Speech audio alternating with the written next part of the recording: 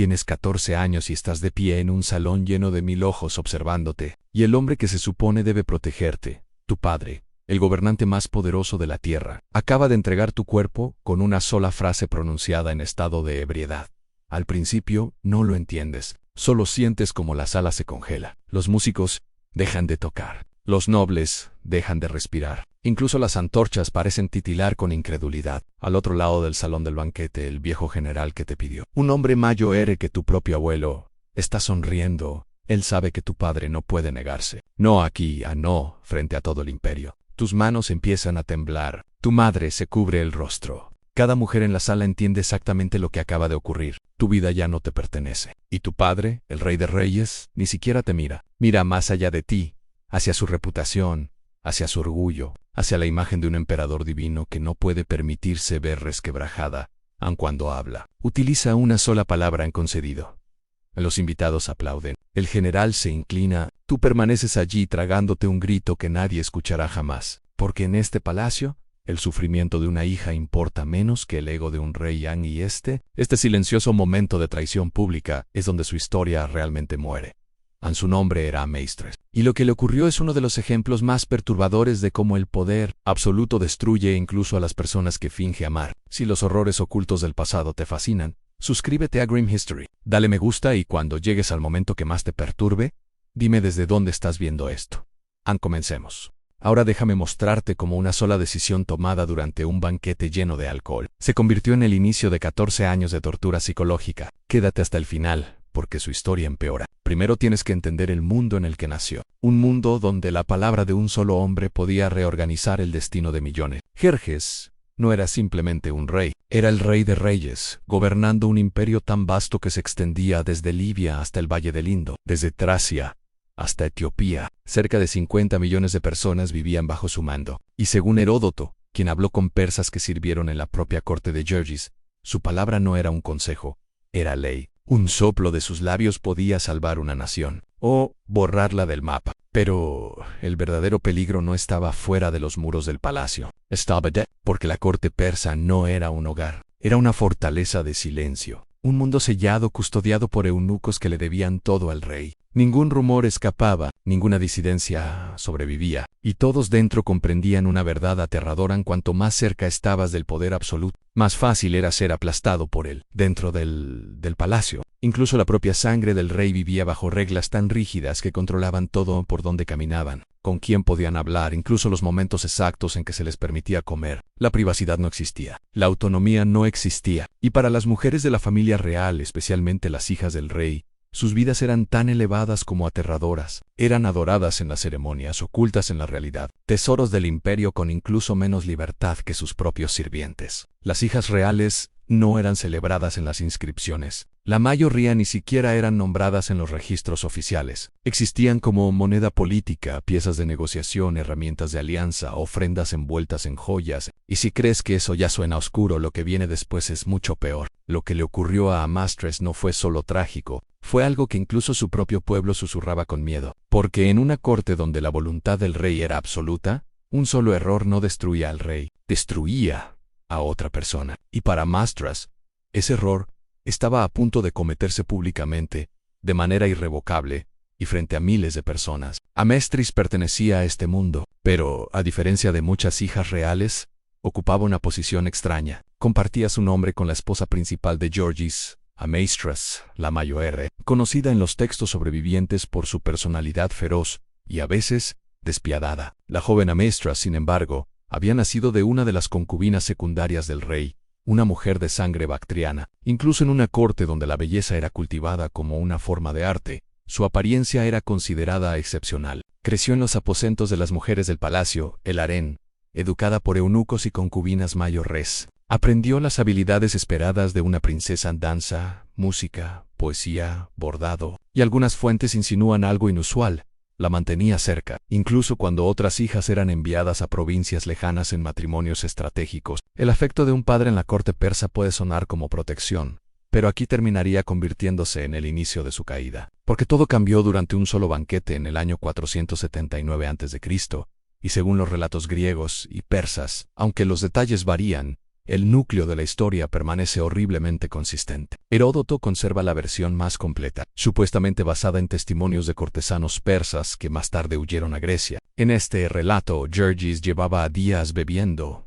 rodeado de aduladores que alimentaban su sentido de divinidad y poder, en un momento de arrogancia alimentada por el vino. Jerjes se levantó frente a miles de invitados y juró por los dioses persas que concedería cualquier petición que se le hiciera aquella noche. Fue una promesa desastrosa, y alguien en aquel salón lo supo de inmediato. Artabanes, un general envejecido que había servido lealmente al padre de Jerjes, Darío, observaba en silencio. Había perdido ya a 3 esposas, tenía más de 60 años, y aunque aún conservaba influencia, comenzaba a ser desplazado por hombres más jóvenes dentro de la corte. Pero entendía perfectamente el juego del poder, y comprendía algo todavía más importante después de las humillantes derrotas militares en Grecia. Jerjes no podía permitirse romper un juramento público. A negarse ahora sería mostrar debilidad ante todo el imperio. Entonces, Artabanes se puso de pie, se inclinó lentamente, y pidió algo que dejó helada a toda la sala. Pidió a la hija del rey, pidió a Amastris. El silencio que siguió fue tan pesado que parecía devorar el aire. Los invitados miraban alternadamente al anciano general y al rey, incapaces de creer lo que acababan de escuchar. Las princesas persas rara vez eran entregadas a hombres comunes, y cuando ocurría, se trataba de jóvenes nobles de sangre distinguida, no de un militar anciano que podía ser su abuelo. Todos esperaban que Jerjes estallara de furia. Todos esperaban una negativa inmediata. Todos estaban equivocados, porque Jerjes había hecho un juramento público, y no podía romperlo. Heródoto describe al rey palideciendo lentamente, aferrándose a los brazos de su trono mientras miraba alrededor como un animal atrapado. Pasaron minutos interminables, sofocantes, hasta que finalmente pronunció una sola palabra: han concedido. Y con esa palabra, el destino de Amastris quedó sellado para siempre. Fragmentos posteriores cuentan que ella intentó suplicar a su padre. Más tarde, en privado, le rogó que encontrara alguna salida, cualquier excusa, cualquier grieta en aquella promesa absurda que pudiera salvarla de la vida que ya comenzaba a temer. Pero Jerjes eligió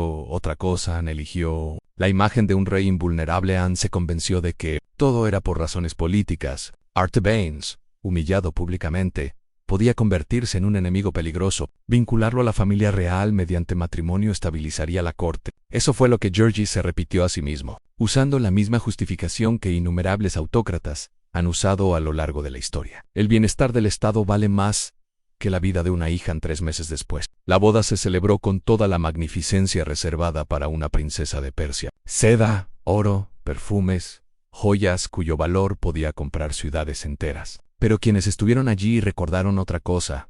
Recordaron el rostro de Amastris, bajo los velos y las piedras preciosas. Se movía como alguien entrenado para ocultar el dolor. Su belleza hacía la tragedia aún más cruel, más visible. Caminaba en silencio a través de los rituales, con una expresión suspendida entre el deber y el terror. Artabanes, en cambio, irradiaba satisfacción. No solo había conseguido una esposa joven y deslumbrante, había asegurado un vínculo íntimo y permanente con la sangre aqueménida. Pero, aunque la ceremonia terminó, las verdaderas consecuencias de la decisión de Jerjes apenas comenzaban, y serían mucho más oscuras de lo que cualquiera en aquel salón podía imaginar.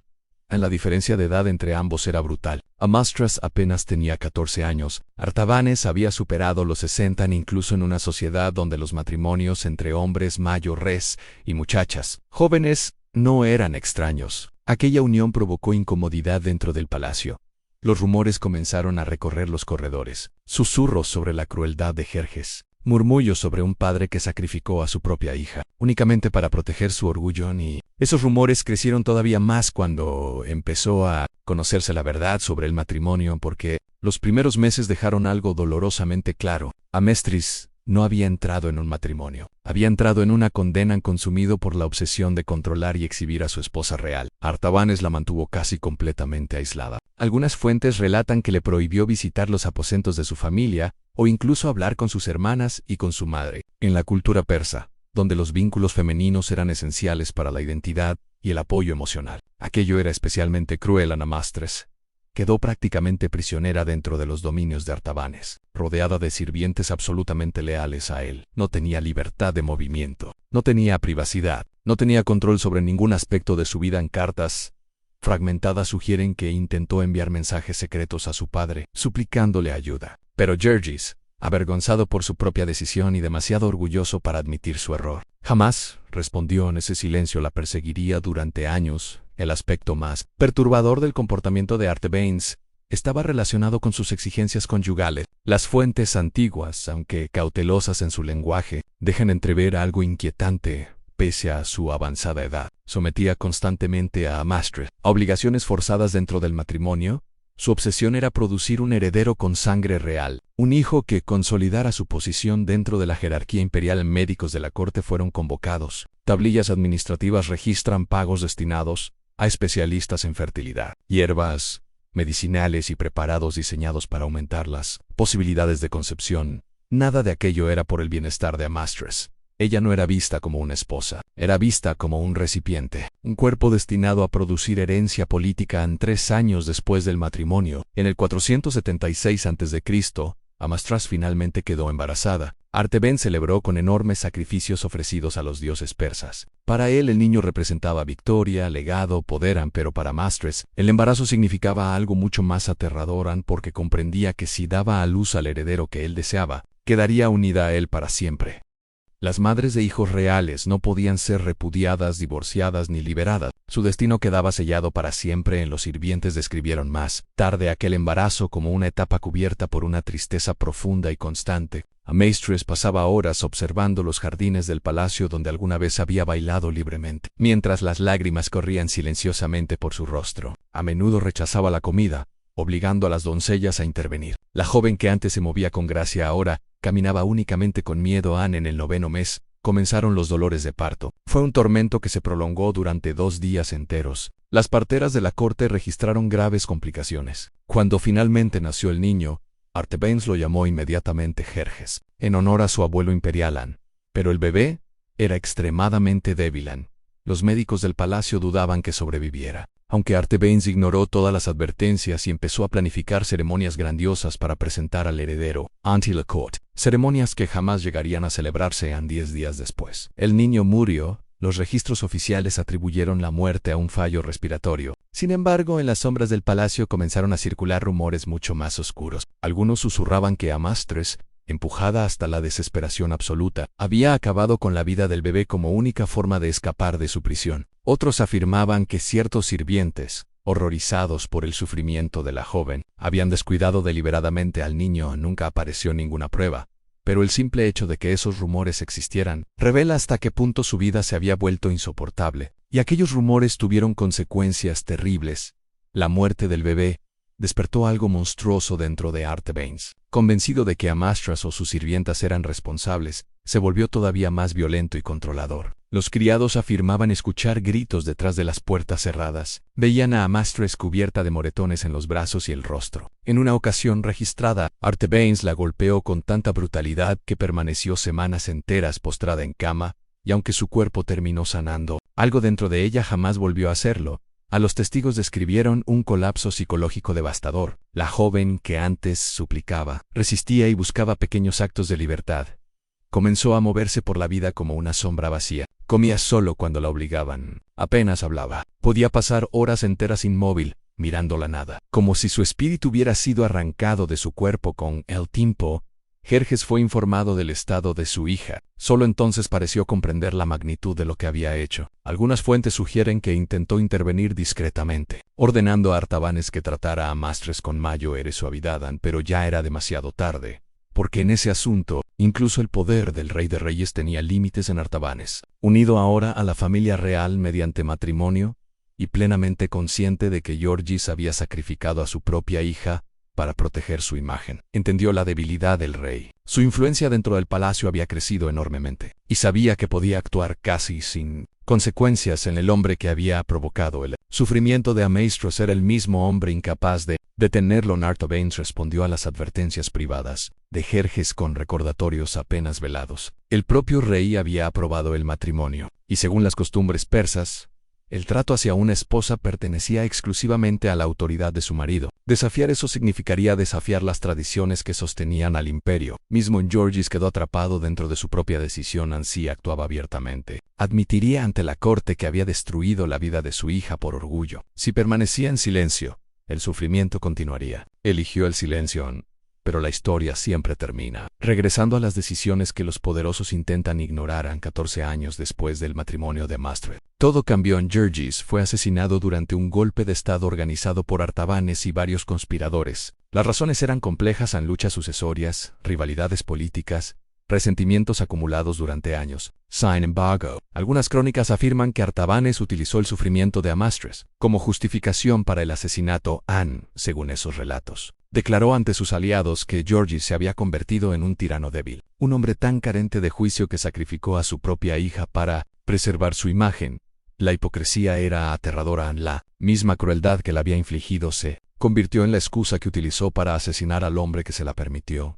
El golpe tuvo éxito por un breve tiempo. Artabanes tomó el control del palacio y gobernó desde las sombras durante 7 meses. Pero finalmente Artajerjes, hijo de Georges, reunió fuerzas leales, aplastó la rebelión y enfrentó al anciano general. Dentro del palacio, Artabanes murió violentamente, a manos de la Guardia Real. En su poder terminó con la misma brutalidad que había impuesto sobre la joven a la que convirtió en prisionera. Uno podría imaginar que la muerte de Artabanes trajo libertad para Amestris, tal vez alivio, tal vez felicidad, pero la verdad fue mucho más trágica. Para entonces, Amestris tenía apenas 28 años. Sin embargo, los testigos describían a una mujer que parecía décadas más vieja. Su cabello comenzaba a cubrirse de canas prematuras. Su rostro estaba hundido. Su mirada parecía completamente vacía. Artajerjes, ahora gran rey y medio hermano de Amastres, intentó devolverle un lugar digno dentro de la corte. Le ofreció aposentos privados, sirvientes y una autonomía que jamás había tenido. Pero algo dentro de ella ya se había roto para siempre. Rara vez abandonaba sus habitaciones. Rechazaba banquetes, ceremonias y festivales. Los sirvientes aseguraban que podía pasar días enteros en silencio, a veces semanas sin pronunciar una sola palabra. En una ocasión, enviaron músicos para intentar animarla. Comenzaron a tocar una melodía que Amastris había bailado muchos años atrás, aquella noche distante de 479 a.C., antes de que todo le fuera arrebatado a Anne. Y entonces ocurrió algo aterrador. Apenas escuchó la música, algo dentro de ella colapsó. Amastris lanzó un grito desgarrador, rompió los instrumentos y cayó al suelo llorando desesperadamente. Fueron las primeras lágrimas que derramó en años. Nunca volvió a recuperarse. Murió a los 36 años. A las fuentes contemporáneas hablan vagamente de una larga enfermedad, pero muchas interpretaciones modernas sugieren algo mucho más devastador: en un lento proceso de autoabandono y desnutrición, una forma silenciosa de suicidio que le permitió ejercer el único control que aún conservaba sobre su vida. Otros historiadores apuntan a una depresión severa que terminó destruyendo lentamente su cuerpo, cualquiera que haya sido la causa médica. Quienes vivieron cerca de ella comprendían una verdad más profunda.